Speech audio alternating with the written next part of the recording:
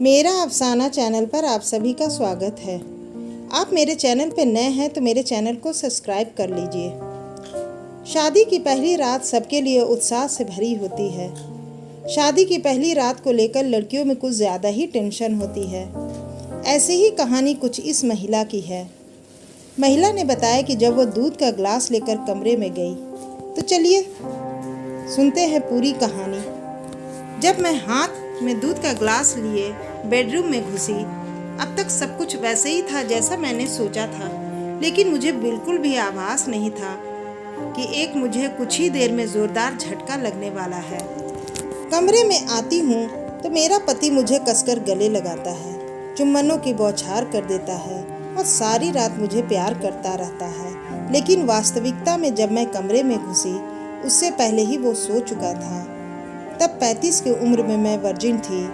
मेरे लिए ये बेहद तकलीफ भरा था। ऐसा लगा मेरे पूरे अस्तित्व को मेरे पति ने नकार दिया हो। कॉलेज के दिनों में ही नहीं, ऑफिस में भी मैंने कई लड़के और लड़कियों के बीच गहरी दोस्ती देखी थी। वो अपने पार्टनर के कंधों पर अपना सिर टिकाए होते, हाथ पकड़े घूमा करते थे। तब मैं सोचती थी काश मेरे साथ भी कोई होता। मुझे अपनी ज़िंदगी में ऐसे ही किसी साथी की तमन्ना नहीं करनी चाहिए थी। मेरा एक बड़ा परिवार था, 4 भाई, 1 बहन और एक वृद्ध माता पिता। इसके बावजूद मुझे हमेशा अकेलापन महसूस होता था। मेरे सभी भाई बहन शादीशुदा थे और उनका अपना परिवार था। कभी कभी मुझे लगता क्या वो मेरी परवाह भी करते हैं कि मेरी उम्र बढ़ रही है और मैं अभी तक अकेली हूँ। मेरे दिल में भी प्यार की इच्छाएं थी, लेकिन यह तन्हाइयों से घिरा हुआ था। कभी कभी मुझे लगता कि यह केवल इसलिए है क्योंकि मैं मोटी हूँ। क्या मर्द मोटी लड़कियों को नापसंद करते हैं? क्या मेरे वजन की वजह से मेरा परिवार मेरे लिए जीवन साथी नहीं ढूंढ पा रहा है? क्या मैं हमेशा अकेली ही रहूंगी? ये सवाल हमेशा ही मेरे मन में घूमते रहते। आखिरकार जब मैं 35 साल की हुई तो किसी तरह एक 40 वर्षीय आदमी मुझसे शादी करने के लिए सामने आया। उससे मिलने के दौरान मैंने उन्हें अपनी भावनाओं के विषय में बताया, लेकिन उन्होंने कभी इस पर ध्यान नहीं दिया और ना ही इसका कोई जवाब दिया। वो थोड़े परेशान दिखे।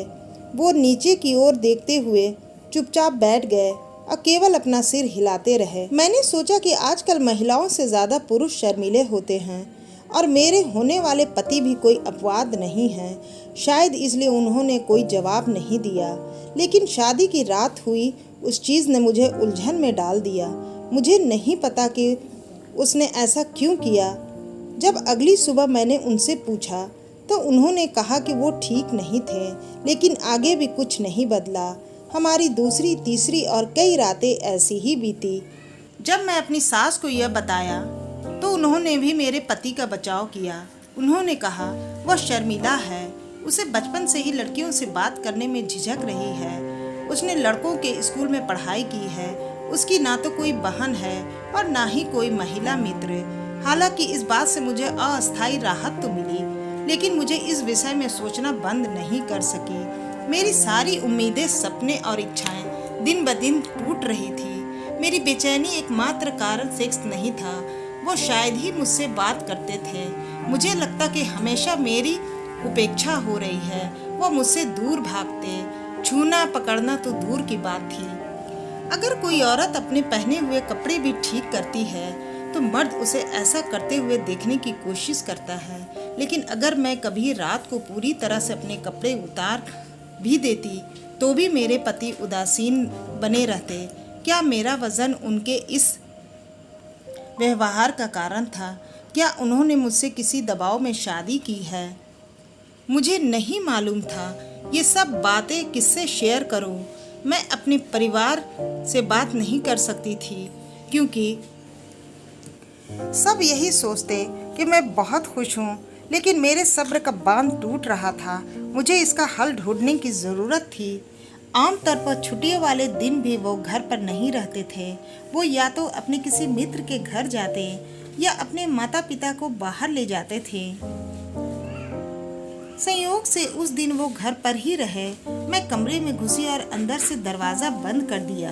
वो बहुत तेज़ी से अपने बिस्तर से उठे, मानो कूद गए हों। मैं उनके पास गई और प्यार से पूछा, क्या आप मुझे पसंद नहीं करते?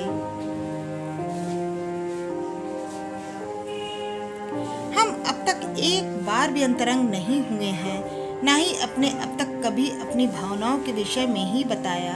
आखिर आपकी समस्या क्या है? उन्होंने झटके से जवाब दिया, मुझे कोई समस्या नहीं है। जब उन्होंने यह कहा तो मैंने सोचा कि यह मौका है उनके करीब जाने और अपनी तरफ उन्हें आकर्षित करने का।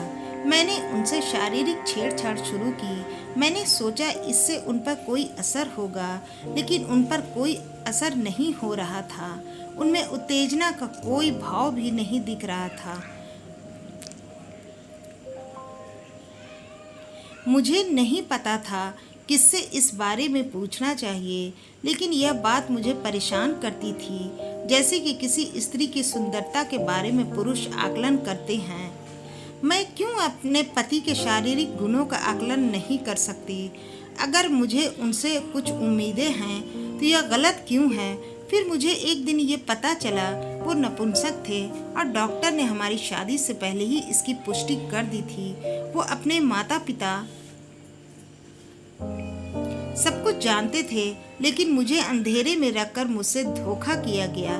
मुझे सच्चाई का पता चल गया तो उन्हें शर्मिंदगी महसूस हुई, फिर भी उन्होंने अपनी गलती कभी स्वीकार नहीं की।